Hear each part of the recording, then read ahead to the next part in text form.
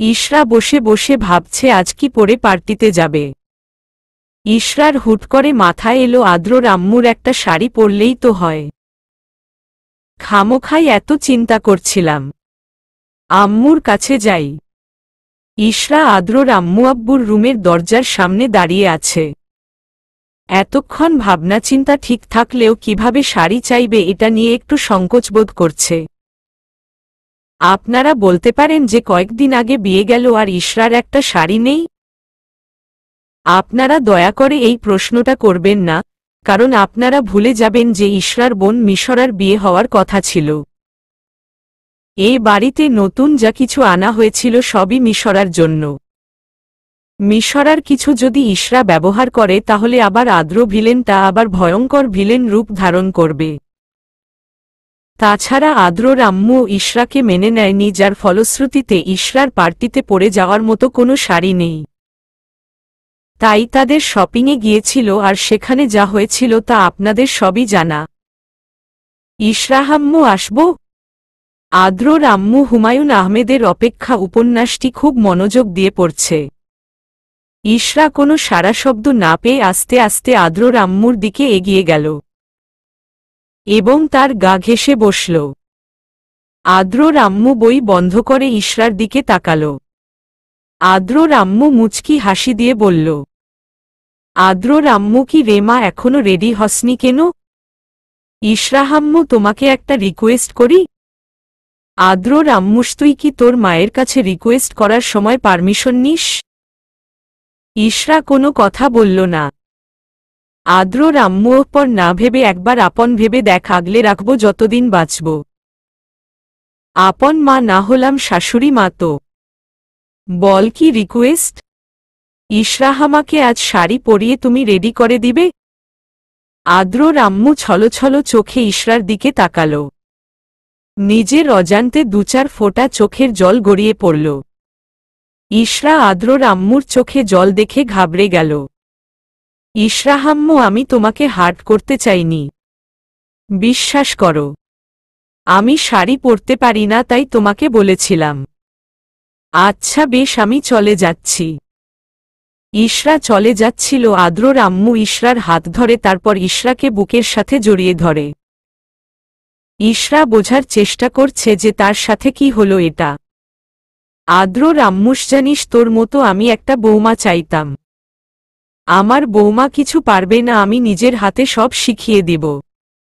আগে আদ্রতা শাড়ি পরতে আসতো, কিন্তু এখন ও শাড়ি পরা শিখে গেছে, তাই আর আসে না। ইশরা, তবে ওই দিন কেন আদ্রতা আমাকে মিথ্যে বলল? আম্মু আমাকে শাড়ি পরা শিখিয়ে দিবে? ছলছল চোখে তাকিয়ে বলল, গতকালের অপমানের কথা মনে পড়ে গেল। আদ্রর আম্মু কেন শিখিয়ে দিব না শুনি? ইশরা আম্মু আমার আরেকটা রিকোয়েস্ট আছে। আদ্রর আম্মু কি বল? ইশরা আম্মু আমি কি তোমার একটা শাড়ি পরে পার্টিতে যেতে পারি? আদ্রর আম্মুস আমার তো আপডেট কোনো শাড়ি নেই। একটু দাঁড়া। আদ্রর আম্মু একটা শাড়ি বের করে আনল। শাড়িটা অনেক সুন্দর, হালকা গোলাপি রঙের। শাড়িটা ইশরাকে মানাবে। আদ্রর আম্মুকে নিয়ে ইশরা আদ্রর রুমে চলে এলো। আদ্রর আম্মু ইশরাকে শাড়ি ব্যতীত শাড়ি পরতে যা প্রয়োজন তা দিয়ে ওয়াশরুমে পাঠিয়ে দিল। ইশরা ওয়াশরুম থেকে বেরিয়ে এলো। আদ্রর আম্মু ইশরাকে সবেমাত্র শাড়ির একটা প্যাচ দিল। এরই মধ্যে আহনাফ চৌধুরী আদ্রর আম্মুকে ডাক দিল। আদ্রর আম্মু বলল পড়ে যাবে, কিন্তু ইশরার জোর করে পাঠিয়ে দিল। ইশরা আম্মুর আসতে বেশি সময় লাগবে না। এতক্ষণে আমি শাড়ির আর কয়েক প্যাচ দেই। ভাগ্য খারাপ হলে যা হয় আর কি। এমন সময় আদ্র রুমে এসে উপস্থিত। আদ্রকে দেখে ইশরার হাতের শাড়িটা নিচে পড়ে গেল। আদ্র ইশরার দিকে এগিয়ে গিয়ে, আদ্র ব্যক্তিগত বলে একটা কথা আছে স্টুপিড। সবই তো দেখা যাচ্ছে, সবাইকে দেখানোর ইচ্ছা নাকি? ইশরা নিজের দিকে তাকাল। এ কি ওর শাড়ি কোথায়? শুধু ওপরের। ছি ছি, আদ্র কি ভাবছে? খুব লজ্জা করছে। পাথরের মূর্তির মতো মাথা নিচু করে দাঁড়িয়ে রইল। আদ্র শাড়িটা তুলে ঠিক করো স্টুপিড। বলেই আদ্র ওয়াশরুমে ফ্রেশ হতে চলে গেল। ইশরা শাড়িটা নিচ থেকে তুলে প্যাঁচিয়ে সোফায় গিয়ে বসল। আদ্র ওয়াশরুম থেকে বেরিয়ে এলো। আদ্রকে দেখে ইশরা বারবার নিজের শাড়ি টানাটানি করছে, যাতে এবার আর কোনো কিছু বলতে না পারে আদ্র। কিন্তু শেষ রক্ষা হল না। আদ্র যা দেখানোর আগেই দেখিয়েছ, নতুন করে আর কিছু দেখানোর নেই, তাই টানাটানি বন্ধ করো। ইশরা আর কোনো কথা বলল না। আদ্র সম্পূর্ণ রেডি হয়ে গেল। আদ্র কিন্তু ইশরার সামনে চেঞ্জ করে নাই। আদ্র এই শাড়িটা পরে যাবে? ইশরা হুক কাপা কাপা গলায়। আদ্র আলমারি থেকে একটা প্যাকেট দিয়ে বলল এই শাড়িটা পরতে। ইশরা এই শাড়িটা না পরলে আম্মু কষ্ট পাবে। আদ্র পাবে না, তাই কথা না বলে রেডি হয়ে নাও। ইশরা প্যাকেট খুলে দেখে সেই কালো শাড়িটা। এবার ইশরা চোখের জল ধরে রাখতে পারল না। ইশরা, আমি এই শাড়িটা পরতে পারব না। আদ্র, কেন?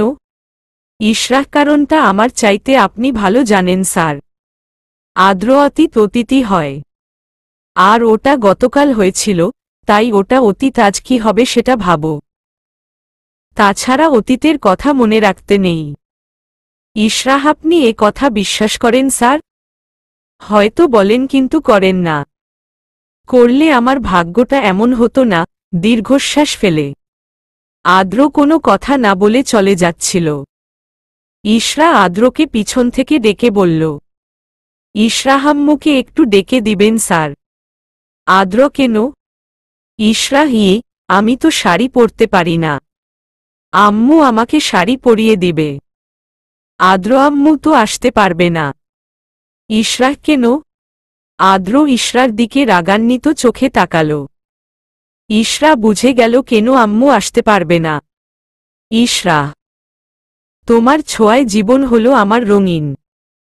তুমি ভালোবেসে যা দিবে করবে তা আমার অমর্ত্যহীন। আম্মু আব্বুকে অনেক ভালোবাসে, তাই না? আদ্র, হুম। আব্বু বাসা থেকে বের হওয়ার আগে এবং বাসায় ফেরার পরে আম্মুকে না দেখলে নাকি আব্বুর অনেক উইক লাগে। আরও অনেক এক্সকিউজ দেখায় আম্মুকে তার কাছে রাখার জন্য। ইশরা, কি রোমান্টিক আমার শ্বশুর। আদ্র, এই সব রোমান্টিক সিন ইমাজিন করতে থাকো। তোমার আর রেডি হতে হবে না। ইশরা, কি করব? আমি তো শাড়ি পরতে পারি না। আদ্র কিছু না বলে ইশরার দিকে এগিয়ে গেল। তারপর কালো শাড়িটা নিয়ে ইশরাকে সোফা থেকে উঠাল। আদ্র ইশরাকে শাড়ি পরাতে নিলেই, ইশরা, হে, এই কি করছেন আপনি? আদ্র, কেন দেখতে পারছ না? আমার বউকে শাড়ি পরিয়ে দিচ্ছি। আদ্রর মুখে বউ শব্দটা শুনে ইশরা স্তব্ধ হয়ে গেল। ইশরা, কখনো কি আমি আপনার বউ হতে পারব স্যার? কখনো কি বউয়ের মর্যাদা পাব? নাকি এসবই লোক দেখানো স্যার? আদ্র খুব যত্ন করে শাড়ি পরিয়ে দিচ্ছে ইশরাকে। আদ্রর প্রতিটা স্পর্শে কেঁপে উঠছে ইশরা। মনের ভেতর এক অজানা অনুভূতি হচ্ছে। মনের ভেতর কেউ ঢাক ঢোল বাজাচ্ছে। ইশরা, আপনি শাড়ি পরাতে পারেন? আদ্র, ইশরা, কাকে শাড়ি পরিয়েছেন? আদ্র, ছোটবেলায় অন্তু আর আনিশাকে শাড়ি পরিয়ে দিতাম। পরে অবশ্য অন্তু শাড়ি পরা শিখেছিল, কিন্তু আনিশা শিখেনি। ওর নাকি আমার কাছ থেকে শাড়ি পরতে ভালো লাগে, কিন্তু এগুলো এখন স্মৃতির পাতায় বন্দী। আনিশার কথা শুনে আর কোনো প্রশ্ন কিংবা কোনো কথা বলেনি ইশরা। কেন জানি না, আনিশার কথা শুনতে ওর ভালো লাগে না। একটু আগে যখন আনিশাকে শাড়ি পরিয়ে দিয়েছিল বলেছিল, তখন ওর খুব খারাপ লাগছিল। আদ্র কুচি দিয়ে শাড়িটা যেই, তখনই ইশরা বলল। আদ্র ইশরার শাড়ির কুচি খুঁচে দিতে যাবে, তখনই ইশরা বলল, ইশরা, এটা আমি করি। আদ্র কুচিগুলো সুন্দর করে ধরে ওর হাতে দিয়ে চলে যায়। ইশরা কুচি খুঁচে আঁচল ঠিক করে তারপর রেডি হতে লাগল। সবাই একসাথে পার্টিতে পৌঁছাল। আহনাফ চৌধুরী, আসসালামু আলাইকুম ভাবি, কেমন আছেন? নীলের আম্মু আলহামদুলিল্লাহ ভালো, আপনি কেমন আছেন? আহনাফ চৌধুরী আলহামদুলিল্লাহ ভালো। আশরাফ কোথায়? নীলের আম্মু সে তো বাসার ভেতরে। আরে ইশরা, কি সুন্দর লাগছে তোমাকে। ইশরা মিষ্টি একটা হাসি দিল। আদ্রতা, আমার কথা তো কারো মনে নেই। নীলের আম্মুসামার পাজি মেয়েটাকে সব সময় সুন্দর লাগে, নতুন করে আবার কি সুন্দর বলবো? তারপর আদ্রর ফ্যামিলির সাথে নীলের আম্মু আরও অনেক কথা বলল। নীলের আম্মু, এখানে মিউজিকের জন্য কথা শুনতে সমস্যা হচ্ছে, চলুন ভেতরে গিয়ে কথা বলি। আদ্রর আম্মুস, চলুন ভাবি। পার্টি গার্ডেনে অনুষ্ঠিত হচ্ছে, পুলের পাশে দাঁড়িয়ে কথা বলছিল। মিউজিকের শব্দে কথা বলতে সমস্যা হচ্ছিল, তাই নীলদের বাসার ভেতরে গেল। আহনাফ চৌধুরী, কি অবস্থা আশরাফ? আশরাফ খানবিন্দাস, বন্ধু তোর কি খবর সেটাই বল। আহনাফ চৌধুরীও পুরাই চিল দোস্ত, তুই এত ব্যস্ত হয়ে যাবি কখনো ভাবতেও পারিনি। তোর ব্যস্ততায় ভুলিয়ে দিয়েছে আমার ছেলের আদ্রর বিয়ের কথা। আশরাফ খানও, অনেক চেষ্টা করেছিলাম কিন্তু পারিনি। কোথায় আদ্রর বউ দেখি? আহনাফ চৌধুরী, ইশরা মা এদিকে একটু আয় তো। ইশরা আহনাফ চৌধুরীর কাছে গেল।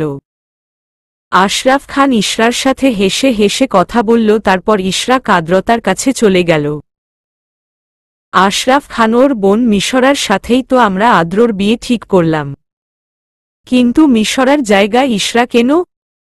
আহনাফ চৌধুরী, সে অনেক কথা বন্ধু, পরে বলবো। আশরাফ খানও, এখন বল। আহনাফ চৌধুরী ইশরার সাথে কিভাবে আদ্রর বিয়ে হলো সেই ঘটনা খুলে বলতে লাগলেন। আদ্রতা পার্টিতে একটা মেয়ের সাথে কথা বলছিল। হঠাৎ মেয়েটার আশায় সে এক্সকিউজ মি বলে চলে যায়। আদ্রতা, মেয়েটা গেল তো গেল, আর এলো না। আদ্রতা গুনগুন করে গান করতে করতে ইশরার কাছে যাচ্ছিল। তখনই দেখল একটা ছেলে পুলের পাশে কথা বলছিল। ছেলেটা হোঁচট খেয়ে পড়ে যেতে নিলে আদ্রতা ছেলেটা ধরে ফেলে। খুব কষ্টে ছেলেটাকে স্বাভাবিকভাবে দাঁড় করাই। আদ্রতা, আর ইউ ওকে? ছেলেটা, হেয়া থ্যাঙ্কস। আদ্রতা, হায় আমি আদ্রতা চৌধুরী, হ্যান্ডশেকের জন্য হাত বাড়িয়ে দিয়ে। ছেলেটা বাসা থেকে দেখানোর প্ল্যান করে এসেছেন নাকি? ছেলেটার কথার মানে আদ্রতা বুঝতে পারল না, তাই জিজ্ঞাসু দৃষ্টিতে তাকালো আদ্রতা। ছেলেটা কি বুঝতে পারছে না? আদ্রতা মাথা নাড়িয়ে বলল সে বুঝতে পারছে না। ছেলেটা আদ্রতার কাছে গেল, একটু না অনেকটা কাছে গেল। তারপর আদ্রতার জামাটা কাঁধ থেকে একটু উপরে তুলে দিল এবং জামাটার নিচে যা ছিল তা ভেতরে ঢুকিয়ে দিল। ছেলেটার কাজ দেখে তো আদ্রতা স্তব্ধ হয়ে গেল। ছেলেটার বর হচ্ছ শারীরিক পরিবর্তন আসছে। নিজের শরীরের এবং জামাকাপড়ের কোথায় কোনো অংশ দেখা যাচ্ছে তা খেয়াল রাখার দায়িত্ব তোমার নিজের। বাসা থেকে বের হবার সময় একবার চেক করা উচিত। ছেলেটা চলে গেল। আদ্ররা ভীষণ লজ্জা লাগছে। এটা কি হলো? বাসায় একবার আয়নায় চেক করা উচিত ছিল, তাহলে হয়তো ছেলেটা এসব করত না আর বলতো না। নীল আর রাফসান বাসার ভেতরে গেল। নীল আদ্রকে দেখে জড়িয়ে ধরল আর আদ্র নীলকে। নীলের সাথে রাফসানকে দেখে আদ্রর রাগ উঠে গেল। আদ্র, রাফসান এখানে কি করছে? নীল নীল কিছু বলতে যাবে না তার আগেই রাফসান বলল, রাফসানও পার্টিতে কি তোর একা আসার কথা ছিল নাকি? আদ্র, আমার তোর সাথে কথা বলার কোনো ইচ্ছা নেই, তাই আগ বাড়িয়ে কোনো কথা বলতে আসবি না। আর নীল, তোকে আমার কিছু বলার নেই। রাফসানও নীলের ওপর রাগ দেখিয়ে লাভ নেই। নীল কিছু করেনি, ইনফ্যাক্ট নীল আমাকে দাওয়াত দেয়নি, আভা দাওয়াত দিয়েছে আমাকে। আদ্র চলে যাচ্ছিল। রাফসানও, চলে যাচ্ছিস? কোনো উত্তর না দিয়ে আদ্র চলে যাচ্ছিল। শুনলাম তোর বউ নাকি তোকে রিজেক্ট করেছে। থেমে যায় আদ্র। রাফসানের দিকে তাকায় আদ্র। রাফসান, ওপ সরি, তোর বউ হওয়ার আগেই তোকে রিজেক্ট করেছে। শুনলাম তোর বউ না হওয়ায় নাকি ওই মেয়েটার ছোট বোনকে বিয়ে করেছিস। কাউকেই ব্যাপারটা জানাসনি। কিন্তু ইয়ার সত্যি কখনো চাপা থাকে না। আদ্র কিছু বলছে না। ওর চোখ দুটো লালবর্ণ ধারণ করেছে।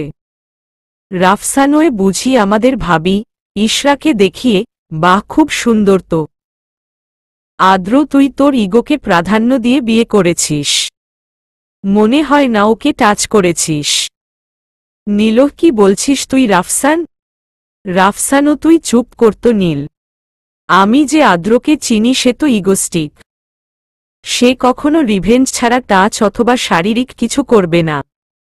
তা ভাবি আমাকে দিয়ে চলবে। ইশরার চোখ ছলছল করছে। নীল জাস্ট শাট আপ রাফসান। একটা মেয়েকে কিভাবে সম্মান করতে হয় এটা এখনো পর্যন্ত শিখতে পারলি না তুই। রাফসানও ভাবি আমি আপনার চাহিদা মেটাতে পারবো কিন্তু বিয়ে করতে পারবো না। অ্যাকচুয়ালি আমার বিবাহিত নারীদের প্রতি ইন্টারেস্ট থাকলেও আমি একজন পিওর সিঙ্গেল মেয়েকে বিয়ে করব। ইউ নো না সিঙ্গেল গার্ল ইজ সো। ভাবি লেটস গো। হাত ধরে টানাটানি শুরু করে দিল রাফসান। ইশরা বারবার হাত ছাড়িয়ে নিতে চাইল কিন্তু পারল না। এক পর্যায়ে ইশরার হাত থেকে রক্ত বের হতে লাগল। আহনাফ চৌধুরী সহ্য করতে না পেরে রাফসানকে থাপ্পড় দিল। ইশরার হাত ছাড়িয়ে দিল সে। হাত ছাড়া পেয়ে ইশরা দৌড়ে বাসা থেকে বেরিয়ে গেল। আহনাফ চৌধুরী তোর সামনে তোর স্ত্রীর হাত ধরল আর তুই কিছু বললি না। মানুষ তুই তোকে আমার ছেলে বলতেও লজ্জা করছে। আদ্রর আম্মুস ভালো নাই বা বাসলি একটা মেয়ের সম্মান কিভাবে রক্ষা করতে হয় এইটুকু শিক্ষা তোকে তো আমরা দিয়েছিলাম। আজ তুই তোর নীরবতা দিয়ে যা প্রমাণ করলি তারপর। আদ্রতা ভাইয়া ভাবিকে পছন্দ করিস না জানি, কিন্তু ভাবি তো একটা মেয়ে। আজ আমার সাথে যদি এমন হতো মেনে নিতে পারতি? আজ ভাবির একটা ভাই অথবা স্বামীর মতো স্বামী থাকলে রাফসানের করা কর্মকাণ্ডের জবাব দিত। আদ্রর আব্বু আম্মু আর আদ্রতা আদ্রকে অনেক কথা শুনিয়ে পার্টি থেকে চলে গেল। আদ্র রুমে গিয়ে দেখল ইশরা আকাশের দিকে তাকিয়ে নীরবে চোখের জল ফেলছে। ইশরার ঠোঁটের লিপস্টিক উঠে গেছে, খানিকটা থুতনিতে এসে পড়েছে। হয়তো হাত দিয়ে ঠোঁটে তীব্রভাবে ঘষে দিয়েছে। পার্টিতে পড়ে যাওয়া শাড়ি ছাড়া হয়নি। চোখের ধোয়াটে কাজল চোখের জল দিয়ে এবড়ো খেবড়ো হয়ে গেছে। আদ্রর ইশরার পিছনে এসে দাঁড়ায়, কাঁধে হাত দিবে কি দিবে না এটা নিয়ে আদ্র কনফিউজড। ইশরার এই কয়েকদিনে আদ্রর উপস্থিতি অনুপস্থিতি অনুভব করতে পারে। ইশরা কেউ কারো মতো হতে পারে না। সবাই হয় তার নিজের মতো। সব মানুষই আলাদা। হুমায়ুন আহমেদ আমি কখনো আমার আপুর মতো হতে পারবো না। আপনার রিভেঞ্জ নেয়া হলে বলবেন, তারপর আমি আপনাকে মুক্তি দিয়ে চলে যাব। এভাবে কোনো সংসার বা জীবন কোনোটাই চলতে পারে না। আদ্র একসাথে কাউকে কখনো সুখী করা সম্ভব না। আপনি কখনোই পারবেন না। কাউকে না কাউকে অসন্তুষ্ট থাকতে হবে। আর তাতেই মনে হয় নিজের গোটা পৃথিবীর একটা প্রান্ত অসম্পূর্ণ থেকে যায়।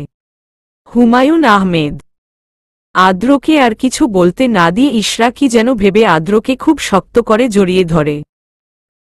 আদ্র ইশরাকে জড়িয়ে ধরে। আদ্র কিছুক্ষণ পরে অনুভব করল যে ইশরা ওকে ছেড়ে দিয়েছে। ইশরাকে সামনে এনে আদ্র হতভম্ব হয়ে গেল। এ কি, ইশরা অচেতন হয়ে গেছে? আদ্র আজ তো ওকে কোনো ভয় দেখায়নি, তবে কেন অচেতন হল? আমি যতদূর জানি ইশরা ভয় না পেলে কখনোই অচেতন হয় না। আদ্র ইশরাকে কোলে করে খাটে শুইয়ে দেয়। ইশরার দুগালে আস্তে আস্তে থাপ্পড় দেয়ার মতো করে দিতে থাকে যাতে চেতনা ফিরে আসে। কিন্তু ইশরার চেতনা ফিরল না। ইশরার মুখে পানি ছিটিয়ে দেয় কিন্তু কোনো লাভ হল না। অবশেষে ব্যর্থ হয়ে ইশরার পাশে শুয়ে পড়ল ফ্রেশ না হয়েই। আদ্র ইশরার মুখের দিকে তাকিয়ে, আদ্র হয়তো তুমি বিশ্বাস করবে না, কিন্তু তুমি কি জানো ইশরা তোমাকে কষ্ট দেওয়ার জন্য কিংবা রিভেঞ্জ নেয়ার জন্য আমি এই বিয়েটা করিনি। হ্যাঁ, একটু স্বার্থপর হয়েছিলাম নিজেদের জন্য। এটা যদি না করতাম আমি আর আমার পরিবার আজ না হয় কাল রাস্তা দাঁড়াতে হতো। সব জেনে কিভাবে চুপ থাকি বলো? নিজের জন্য না হোক পরিবারের জন্য এটা করতে হলো। আর এইসব কথা ভেবে আমি তোমায় বিয়ে করেছি। মানছি আমার ইগো বেশি, কিন্তু ইশরা তুমি আমার জীবনে উদ্দেশ্যহীন হয়ে এসেছ। যখন তোমার বোন আমাকে রিজেক্ট করেছে, আমার মাথায় যেন আকাশ ভেঙে পড়েছে। যাই হোক, রোজ রাতে ভাবতাম তোমার সাথে এমনটা করব না, কিন্তু দিনের আলোতে তোমার বোনের রিজেক্টটা আমাকে অনেক আঘাত করত, তীব্র কষ্ট হতো। কি ছিল না আমার যে রিজেক্ট করলো বলো? বিয়ে না করলে আমাকে আগেই বলতো। তোমার বোনের জন্য তোমাকে কোনোভাবেই মেনে নিতে পারতাম না। নিজের হিতাহিত জ্ঞান থাকত না, বলতে পারো নিজের ভেতর থাকতাম না, যার ফল ভোগ করতে তুমি। Extremely sorry ইশরা। হয়তো একথাগুলো অপ্রকাশিত থেকে যাবে, চাপা পড়ে যাবে আমার অন্তরালে ইগোর নিচে। মানুষকে ঘৃণা করার অপরাধে অতীতে কাউকে কখনো মৃত্যুদণ্ড দেয়া হয়নি,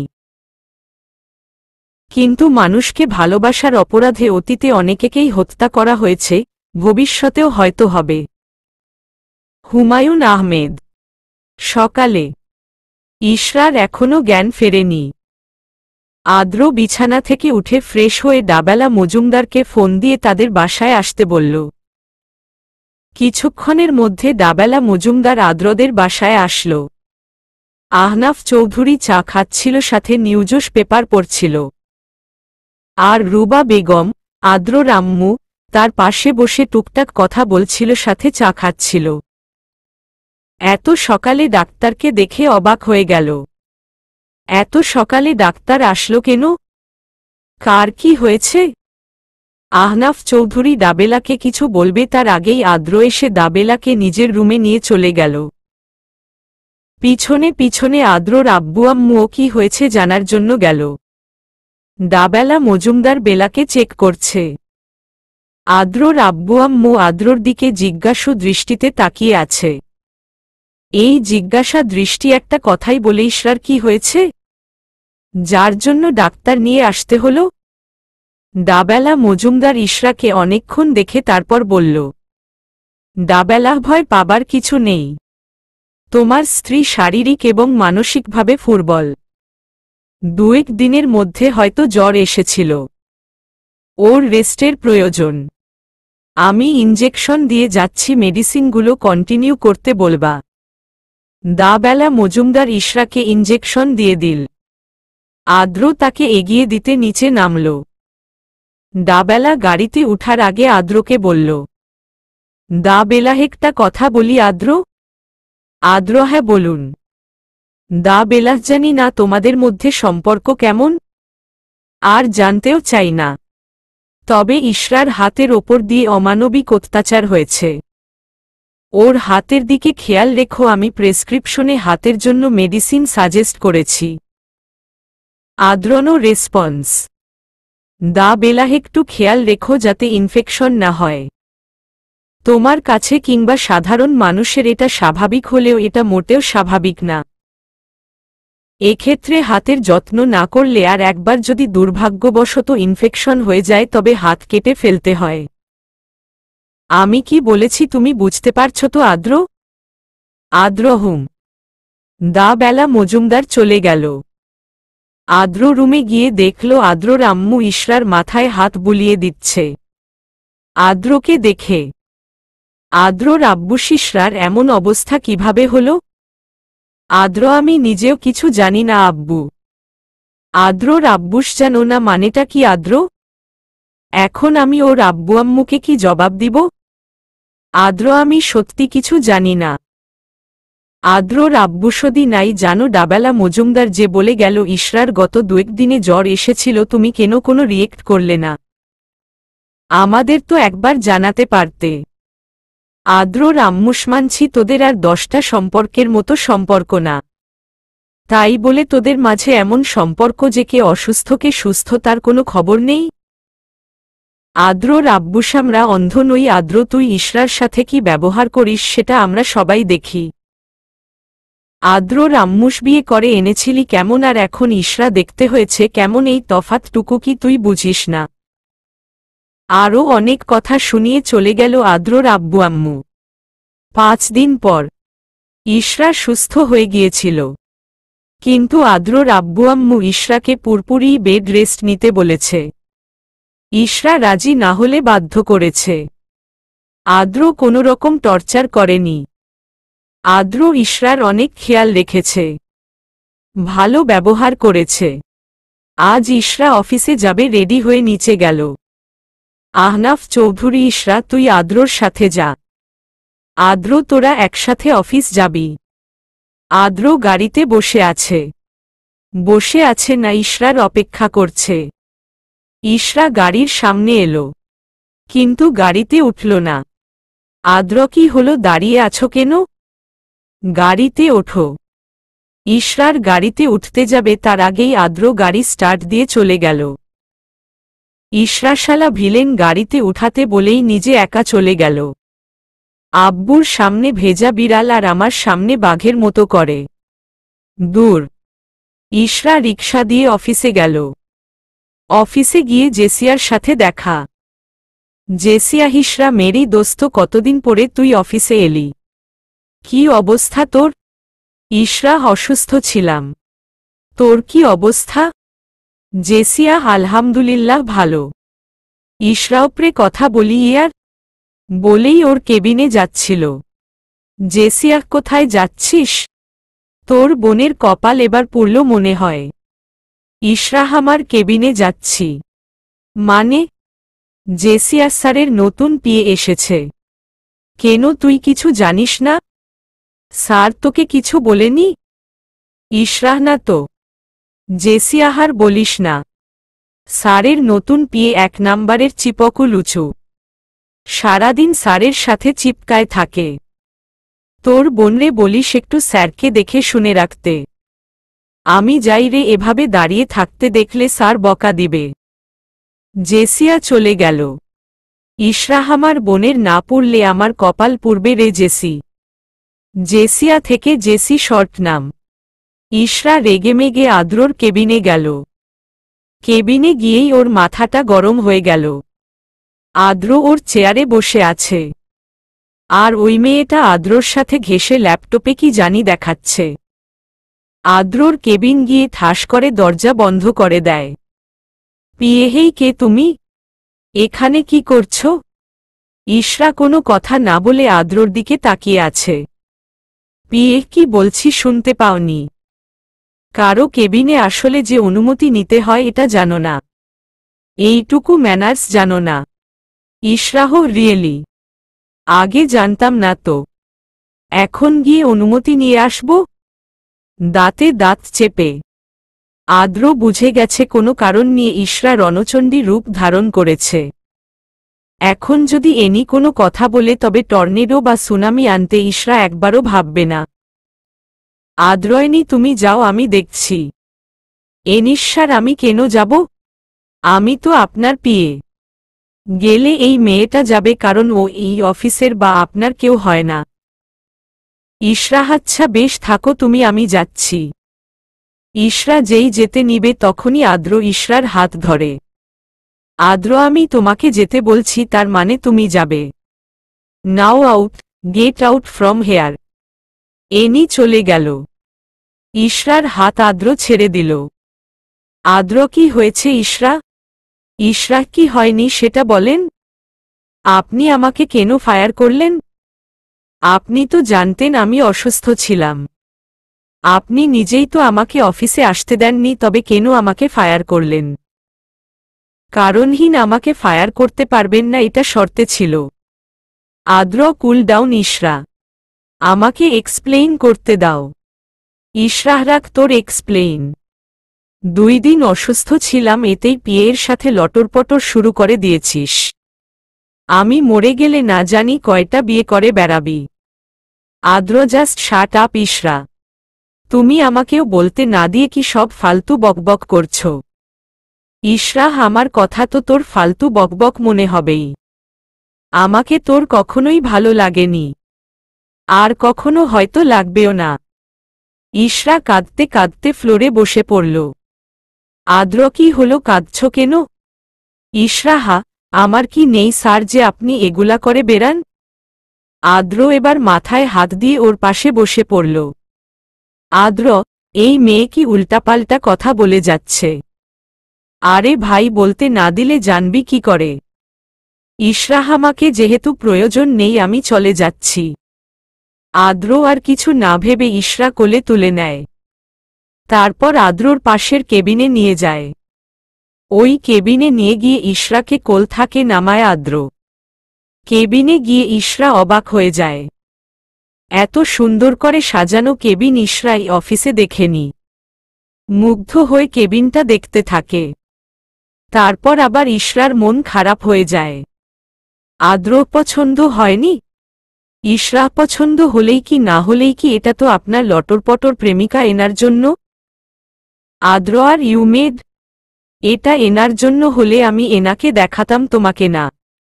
ইশরাহ, যাতে আমি এনাকে হিংসা করি তাই আমাকে দেখালেন। সিম্পল। আদ্র, তোমার মাথা। এই wait are you jealous Ishra?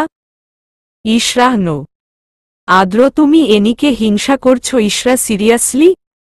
Ishrah, no. Anyways, আমি এখন যাই। আমার এখন আর অফিসে কোনো কাজ নেই। ইশরা চলে যাচ্ছিল। আদ্র, স্টপ ইশরা, এটা তোমার কেবিন। ইশরাহা, আমার? আদ্র, হুম। ইশরা, সত্যি? আদ্র, হ্যাঁ রে ব। ইশরা, কি সুন্দর। Thanks sir. আদ্র, পছন্দ হয়েছে? ইশরাহ, অনেক পছন্দ হয়েছে। আপনি এতগুলা কিউট, ভালো স্যার। ইশরার আনন্দ দেখে আদ্রর অনেক ভালো লাগল। ঠোঁটের কোণে আপনা আপনি হাসির রেখা ফুটে উঠল। শেষ কথাটা বলেই আদ্রকে একদফা অবাক করে দিয়ে ইশরা আদ্রকে জড়িয়ে ধরল। ইশরা আদ্রকে ছেড়ে দেয়। ইশরাশ্বরী, আমার কেবিন এটা কেন? আমি তো আপনার পিয়ে না, তবে কেন? আর আমার কি কাজে অফিসে? প্লিজ বলুন তো বুঝিয়ে। আমার মাথায় কিছু ঢুকছে না। আদ্রয় ছোট মাথায় কিছু ঢুকবেও না। ইশরার মাথায় টোকা দিয়ে। ইশরা, কি বলতে চান? আদ্র, বেশি না, শুধু এইটুকু বলতে চাই যে তোমার ছোট মাথাটাকে এ বিষয়ে না ভাবালেও চলবে। ইশরাহারে, আদ্র চলে গেল। আদ্রর বাবার সকল সম্পত্তির 40% আদ্রর বউ পাবে। ইশরা যেহেতু আদ্রর বউ, সেই অর্থে আদ্রদের সম্পত্তির 40% ইশরা পাবে। গতকাল সকালে আহনাফ চৌধুরী আদ্রকে বারণ করেছে ইশরাকে পিএর কাজ করতে দিতে। তাই আদ্র আজ ইশরার জন্য নতুন কেবিন ব্যবস্থা করেছে। কিন্তু ইশরাকে এ বিষয়ে আদ্র কিছু জানতে দেয়নি। ইশরার কোনো কাজ নেই। ইশরার এভাবে বসে থাকতে ভালো লাগছে না। তাই কোনো কিছু না ভেবে আদ্রর কেবিনে যেতে লাগল। ইশরার কেবিনের দরজা ধাক্কা দিতে যাবে তার আগেই দরজা খুলে গেল। ইশরা, বাহ, আমি আসব ভেবেই দরজা খুলে দিল। ইশরা, তুই তো মহারানী হয়ে গেছিস। এসব ভেবে যেই কেবিনে ঢুকতে গেল, ঠাস করে কারো বুকের সাথে ধাক্কা খেয়ে তাল সামলাতে না পেরে তাকে নিয়েই পড়ে গেল। ইশরা, চোখ বন্ধ করেই, আমি ইচ্ছে করিনি, বিশ্বাস করুন। আমাকে ক্ষমা করে দিবেন। ইশরা ভেবে না পারলে কপিলার ছোট বউ মনে করে ক্ষমা করে দিবেন। সেটাও না পারলে কবুতরের বোন ভেবে ক্ষমা করে দিবেন। তবুও ক্ষমা করে দেন প্লিজ। আদ্র ওর বলা কথা শুনে হাসবে না কাঁদবে কিছুই বুঝতে পারছে না, আসলে কি রিয়েক্ট করা উচিত সেটাই ভুলে গেছে। আদ্র, মহারানীর যদি দয়া করে আমার ওপর থেকে উঠতেন তবে আমি নিজ দায়িত্বে আপনাকে ক্ষমা করে দিতাম। ইশরা চোখ খুলে দেখে এটা আদ্র। সঙ্গে সঙ্গে ইশরা আদ্রর উপর থেকে উঠে যায়। আদ্র বেচারাও আস্তে আস্তে ওঠে। আদ্র, দেখে শুনেও তো একটু হাঁটতে পারো? সব কিছু কি আমাকে শিখিয়ে দিতে হবে? ইশরা, কি বলতে চান আমি কিছু পারি না? আপনি আমাকে সব কিছু শিখিয়ে দেন। আদ্র বলেছ পারো না। এই দেখো সহজ কথাটা কত সহজেই বুঝে গেছ। ইশরা দেখুন স্যার। আদ্রহ তুমি দেখাও আমি দেখছি। ইশরা ছি আপনি এত খারাপ। আদ্র আজীব তো তুমিই তো বললা দেখাবা। এই তুমি বলনি এই কথা? সত্যি করে বলো বলছি। ইশরা হুম বলেছি। কিন্তু আপনি যেটা মিন করেছেন সেটা মিন করে বলিনি। আদ্র এই কথা বললে মানব না। কি দেখাতে চাও তাড়াতাড়ি দেখাও। ইশরা দেখুন এটা মোটেও। ইশরাকে বলতে না দিয়ে আদ্র সেই কখন থেকে বলে যাচ্ছ দেখুন দেখুন কিন্তু কোনো কিছুই তো দেখাচ্ছ না। ফাজলামোর একটা লিমিট থাকে কিন্তু দেখাবে বলে দেখালে না, এটা কেমন ফাজলামো শুনি? ইশরা দেখুন স্যার এটা বেশি বেশি হয়ে যাচ্ছে। আদ্র আবার দেখুন বলছো এবার যদি তুমি না দেখাও তবে আমি নিজেই দেখব বলে দিলাম। ইশরা না। আদ্র কিছু বলতে যাবে তার আগেই এনি এসে বলল, এনিশার ফাইল রেডি চলুন। ইশরাহ কোথায় যাচ্ছেন? এনিশ একটা মিটিং আছে সেখানেই। এত কথা তুমি জিজ্ঞাসা করছো কেন? ইশরাহ তোমাকে জিজ্ঞাসা করিনি। তুমি কোনো কথা না বললেই খুশি হব। এনিশামি বলা আর আদ্র স্যার বলা একই তো। আদ্র এনির দিকে তাকালো। এনিশিয়ে মানে উত্তর তো একই হবে তাই না? জোরপূর্বক হাসি দিয়ে আদ্র এনি তুমি ফাইলগুলো নিয়ে এগিয়ে যাও আমি আসছি। এনি ওকে। এনি চলে গেল। ইশরাহ আপনি কোথাও যাবেন না। আদ্র হোয়াট? ইশরাহ হোয়াট হুইট পরে শুনব আপনি এই মুহূর্তে কোথাও যাবেন না।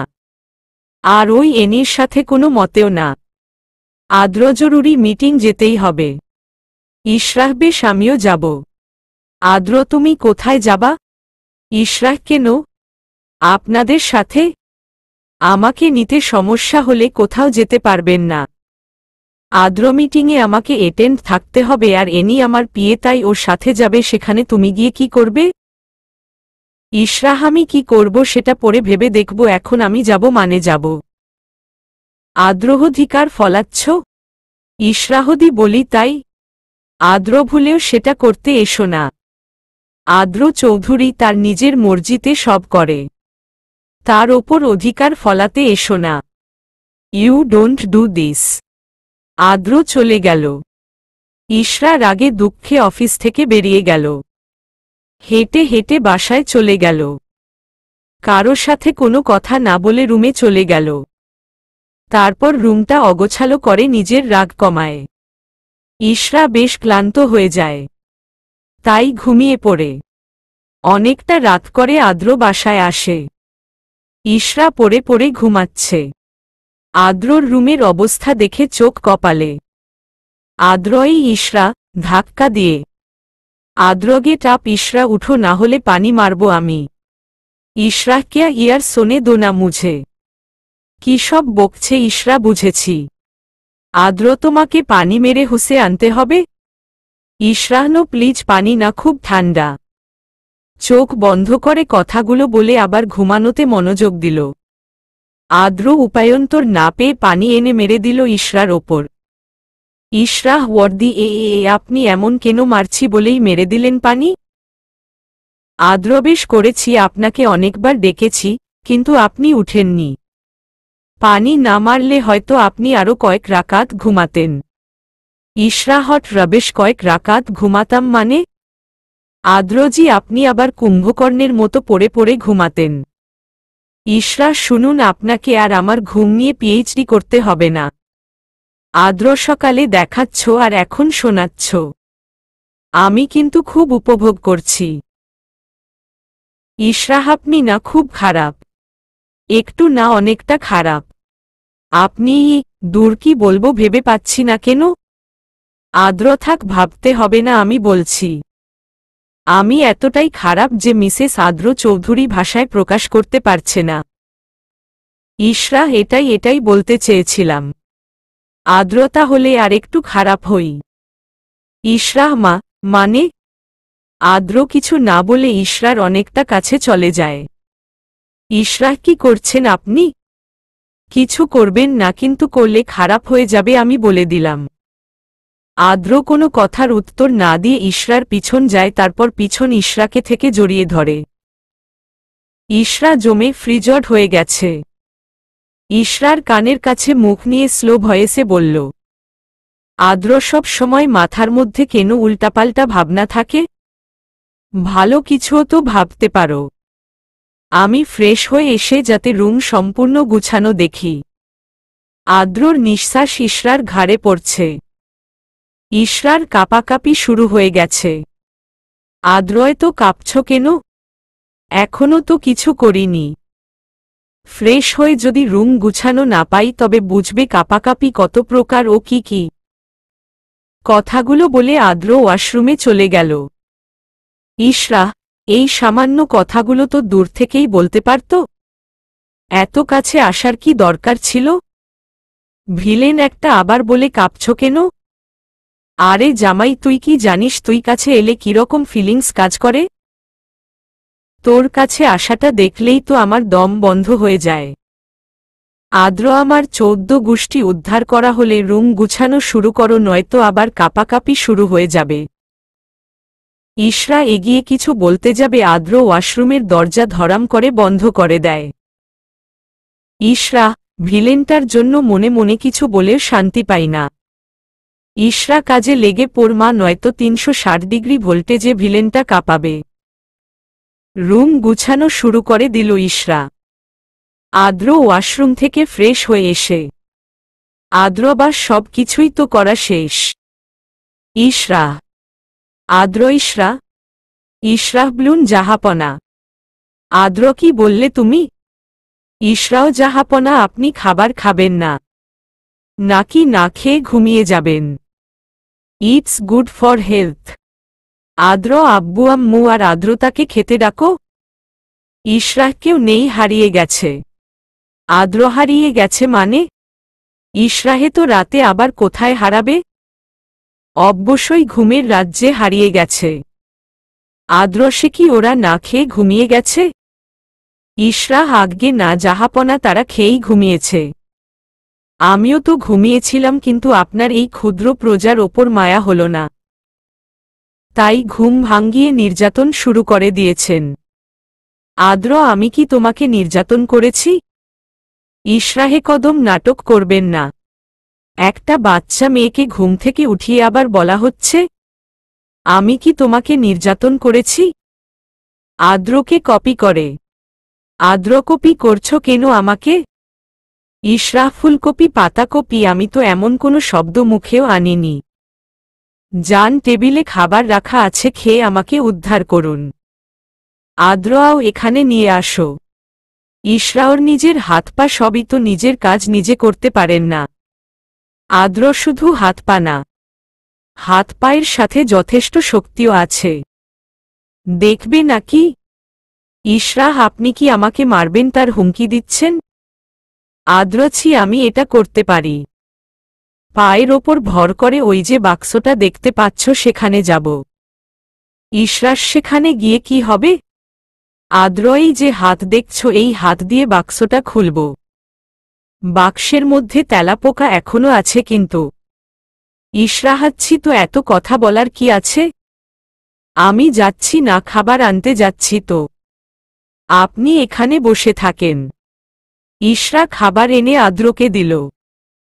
আদ্র খাবার খেয়ে মোবাইল নিয়ে কি যেন করতে লাগলো, আর ইশরা সব গুছিয়ে রাখতে গেল। ইশরা সব গুছিয়ে এসে দেখে আদ্র ঘুমিয়ে পড়েছে। ইশরাও আদ্রর একপাশে শুয়ে ঘুমের রাজ্যে পাড়ি দিল। আদ্র চোখ খুলে দেখে ইশরা ঘুমিয়ে গেছে। আদ্র, মেয়েটা এত ঘুম কোথায় পায় কে জানে? ঘুম পাগলি, মুচকি হাসে। অতঃপর আদ্র ঘুমের রাজ্যে পাড়ি দেয়।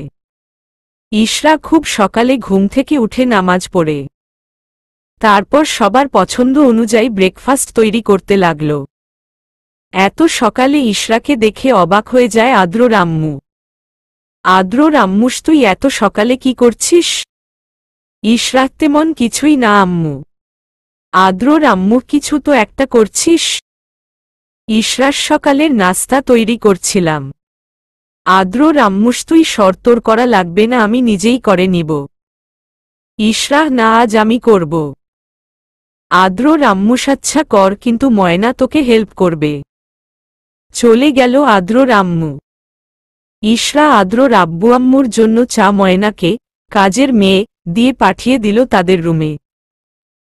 নাস্তা তৈরি শেষে ইশরা ফ্রেশ প্লাস অফিসে যাওয়ার জন্য রেডি হতে রুমে চলে গেল। গিয়ে দেখে আদ্র এখনো ঘুমে মগ্ন। আদ্রকে অনেকবার ডাকল, কিন্তু আদ্র কোনো সাড়া শব্দ করল না। তাই বাধ্য হয়ে কয়েকবার ইশরা আদ্রকে হালকা ধাক্কা দিল, কিন্তু ফলাফল শূন্য। এবার ইশরা আদ্রকে জোরে ধাক্কা দিবে পরিকল্পনা করে, যেই ধাক্কা দিবে তার আগেই ইশরার হাত ধরে টান দিয়ে আদ্রর পাশে শুইয়ে দিল ইশরাকে। ইশরা অবাক চোখে আদ্রকে দেখছে। হঠাৎ করেই আদ্র ইশরাকে কোলবালিশের মতো জড়িয়ে ধরল। এক পা ইশরা গায়ের ওপর আর একটা হাত পেটের ওপর। ইশরা হাম্মম্মম্মু গো। ইশরার চিৎকার শুনে ধরফর করে উঠে যায় আদ্র। আদ্র কি হয়েছে, তুমি এভাবে চিৎকার দিলে কেন? ইশরা একটা মস্ত বড় হাতি আমার ওপর পড়েছিল। আদ্র হাতি এই রুমে? তুমি কি আমার সাথে মজা করছ? ইশরা হাগগে না জাহাপনা, আমি আপনার সাথে মজা করছি না। আদ্রত বে। ইশরা অনুগ্রহ করে যদি আপনি আপনার চরণ আমার ওপর থেকে প্রস্থান করিতেন তাহলে আমি খুবই উপকৃত হইতাম জাহাপনা। আদ্র এতক্ষণে খেয়াল করল যে ওর পা ইশরার ওপরে। সাথে সাথে সরিয়ে নিল। আদ্রতা মহারানী, আপনি যে আমার পায়ের ওজনটুকু সহ্য করতে পারেন না, আমাকে করবেন কিভাবে? ইশরা কি যাতা বলছেন? আদ্র আমি বললেই যাতা হয়ে যায়? আর তুমি বললে? ইশরা আমি কি বলেছি?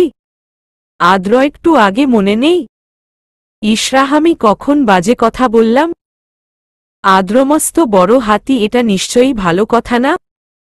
ইশরা দেখুন, আপনি কিন্তু আমার কথাগুলোকে বাজে বলতে পারেন না। তাছাড়া হাতি বলেছি, এটা কি কোনো বাজে কথা? আদ্রসকাল সকাল দেখাবে। নট বেড, আমি রাজি দেখতে। ইশরাদুর আপনার সাথে কথা বলাই বেকার। বিরক্ত নিয়ে ইশরা চলে গেল ফ্রেশ হতে। আদ্র আজ হোক বা কাল তুমি দেখাবে আর আমি দেখব। জোরে জোরে। ইশরার সেগুড়ে বালি। ওই উদ্ভট কল্পনা বাদ দিন। ওয়াশরুম থেকে চেঁচিয়ে। আদ্রকল্পনা বাস্তবের অভাব পূরণ করে। উদ্ভট কল্পনায় মন ক্যাঙ্গারুর মতো লাফিয়ে লাফিয়ে চলে। আব্দুর রহমান সাদাব। ওরা সবাই মিলে ব্রেকফাস্ট করছে, তার মধ্য থেকে আদ্রতা বলে উঠল, আদ্রতা ভাবি ভাইয়া তোমাকে কি গিফট দিয়েছে? ইশরা খাচ্ছিল, ওর কথা শুনে খাওয়া বন্ধ করে আদ্রর দিকে তাকাল। আদ্র পানি খাচ্ছিল। আদ্রতার কথা শুনে মুখের সবটুকু পানি ইশরার গায়ে ফেলল। আজ ইচ্ছে করে পানি ফেলেনি। আসলে ইশরা আর আদ্র পাশাপাশি বসেছিল। আদ্র মুখে পানি নিয়ে ইশরার দিকে আর চোখে তাকিয়েছিল, তখনই আদ্রতা এই কথা বলেছিল। ব্যাস হয়ে গেল। ইশরা আমি চেঞ্জ করে আসছি বলেই চলে গেল। আদ্র রাম্মুস দিলি তো মেয়েটাকে খাওয়া থেকে উঠিয়ে। এখন আর খাবে না। আবার কখন খাবে কে জানে। আদ্রতা কি রে ভাইয়া, বল না। আদ্র শাড়ি। হ্যাঁ, একটা শাড়ি দিয়েছিলাম। আদ্রতা তুই কি রে? বউকে কেউ প্রথম শাড়ি দেয়? আদ্র তুই তোর জামাইকে শাড়ি দিস?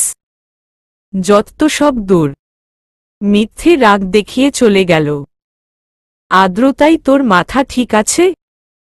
ছেলেরা কি শাড়ি পরে নাকি যে আমার জামাই শাড়ি পরব আর আমি দিব? আদ্র শুনতে পেল না, চলে গেছে।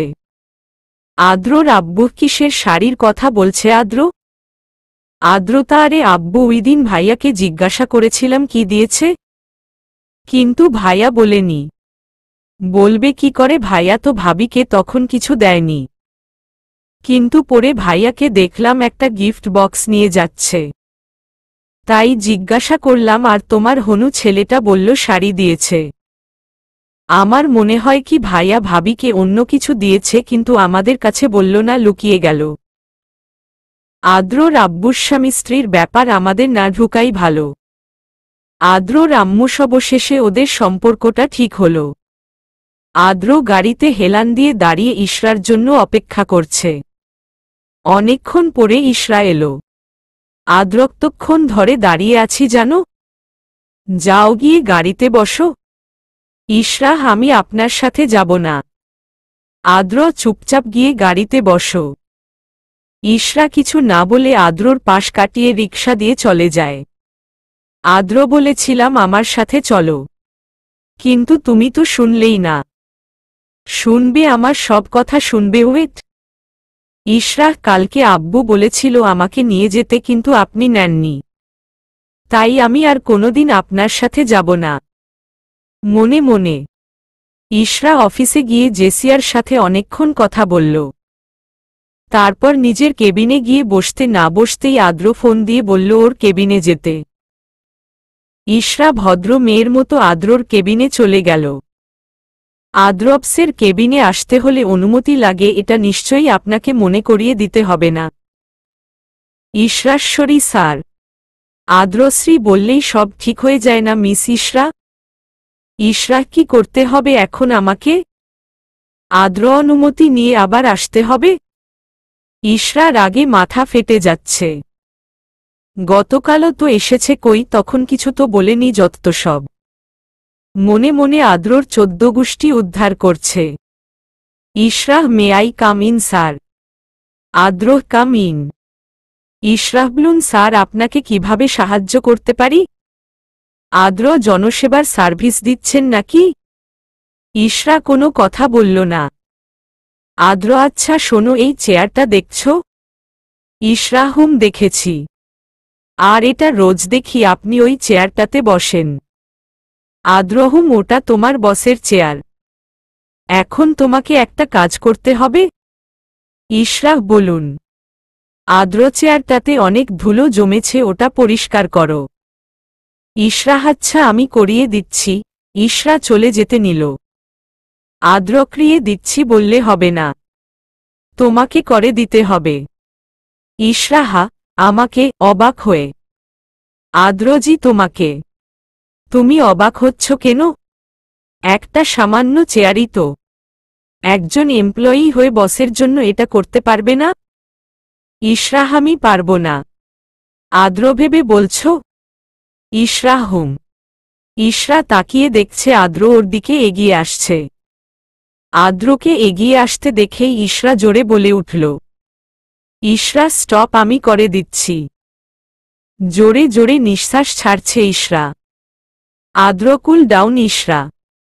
এমন করতে থাকলে তো তোমার এই বয়সেই হার্ট অ্যাটাক হবে। ইশরা কোনো কথা না বলে আদ্রর চেয়ারের ধুলো পরিষ্কার করতে লাগল। পরিষ্কার করা শেষ করেই ইশরা চলে যেতে নিল। আদ্র ইশরার হাত ধরল।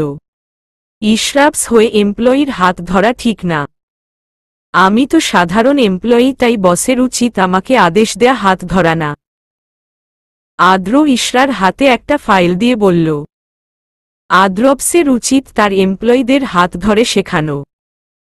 আর আমি তোমাকে ফাইল দেওয়ার জন্য হাত ধরেছি কোনো উদ্দেশ্য নিয়ে না, তাই এই উদ্ভট কথা বন্ধ করো। ইশরা হো চলে যাচ্ছিল। ইশরা পিছন থেকে আদ্র বলে উঠল, আদ্র, 2 ঘন্টার মাঝে ফাইলটা আমার চাই। ইশরা, এত কম সময়ে আমি কিভাবে আপনাকে ফাইল ব্যাক করব? আদ্র, আই ডোন্ট নো। ইশরা রাগে দুঃখে আদ্রর কেবিন থেকে নিজের কেবিনে চলে গেল। আদ্র মুচকি হাসি দিয়ে কাজে মনোযোগ দিল। 2 ঘন্টা পর আদ্র ইশরার কেবিনে গেল। গিয়ে দেখল ইশরা ফাইলের ওপর মাথা রেখে ঘুমিয়ে আছে। আদ্র, উফ, এই মেয়েটা এত ঘুমায় কেন? আদ্র ইশরার মাথার নিচ থেকে ফাইলটা নিয়ে চলে যায়। ফাইলটা খুব গুরুত্বপূর্ণ। ইশরা ঘুম ভেঙে যায়। ইশরা, ও নোরাত 3:56, তার মানে পুরো 4 ঘন্টা ঘুমিয়েছি। না জানি স্যার ফাইলের জন্য কি বলবে। অফিস ছুটির সময় হয়ে গিয়েছে। আমাকে বাসায় যেতে হবে আর আকাশটাও মেঘলা। মনে হচ্ছে এখনই বৃষ্টি হবে। ছাতাটাই তো নেই, এখন আমি যাব কি করে? এসব ভাবতে ভাবতে ইশরা আদ্রর কেবিনের সামনে এলো। Ishra, may I come in sir? কোনো সাড়া শব্দ না পেয়ে ইশরা আবার বলল, Ishra, may I come in sir? কিন্তু এবারও সাড়া শব্দ পাওয়া গেল না। ইশরা কেবিনে ঢুকে অবাক হয়ে যায়, কারণ আদ্র কোথাও নেই। ইশরা, তুই একটা বুদ্ধু, কেউ নেই তবুও দুবার may I come in sir বলছিস? নিজের মাথায় নিজের বাড়ি দেয়। কেবিন থেকে বেরিয়েই ইশরারা মাথাটা গরম হয়ে যায়। আদ্র এনির সাথে কথা বলছে আর এনি হেসে হেসে উত্তর দিচ্ছে। মাঝে মাঝে এমন হেসে কুটিকুটি হচ্ছে যে আদ্রর গায়ের ওপর ঢলে পড়ে যায়। আদ্র, ইয়া এনি, ইউ আর রাইট। এটা আমার জন্য নতুন অভিজ্ঞতা। এনিশামার সাথে থাকলে আরও অনেক অজানা অচেনা কিছু জানতে এবং চিনতে পারবেন। আদ্র, কথা ভুল বলনি। ইশরা নিজের রাগ সামলে চলে যেতে নিলে আদ্র বলল, আদ্র, আরে ইশরা, এখনো বাসায় যাওনি? ইশরা, আমি তো বাসায় যাচ্ছি, আপনি যাবেন না? দাঁতে দাঁত চেপে। আদ্র, আরও পরে যাব, তুমি যাও। ইশরা, কেন? আদ্র, নান অফ ইউর বিজনেস। ইশরার মাথা গরম হয়ে গেল, জোরে হেঁটে অফিস থেকে বেরিয়ে গেল। ইশরা, হাই উইশ আমি গাড়ি রিকশা পাওয়ার পর যেন এই বৃষ্টি নামে। আল্লাহর উইশ পূরণ করলেন না। কয়েক সেকেন্ডের মধ্যে বৃষ্টি এসে গেল। হঠাৎ কে যেন ইশরার মাথায় ছাতা ধরল। ইশরা ভাবল হয়তো আদ্র, কিন্তু ইশরা, তু বি কন্টিনিউ।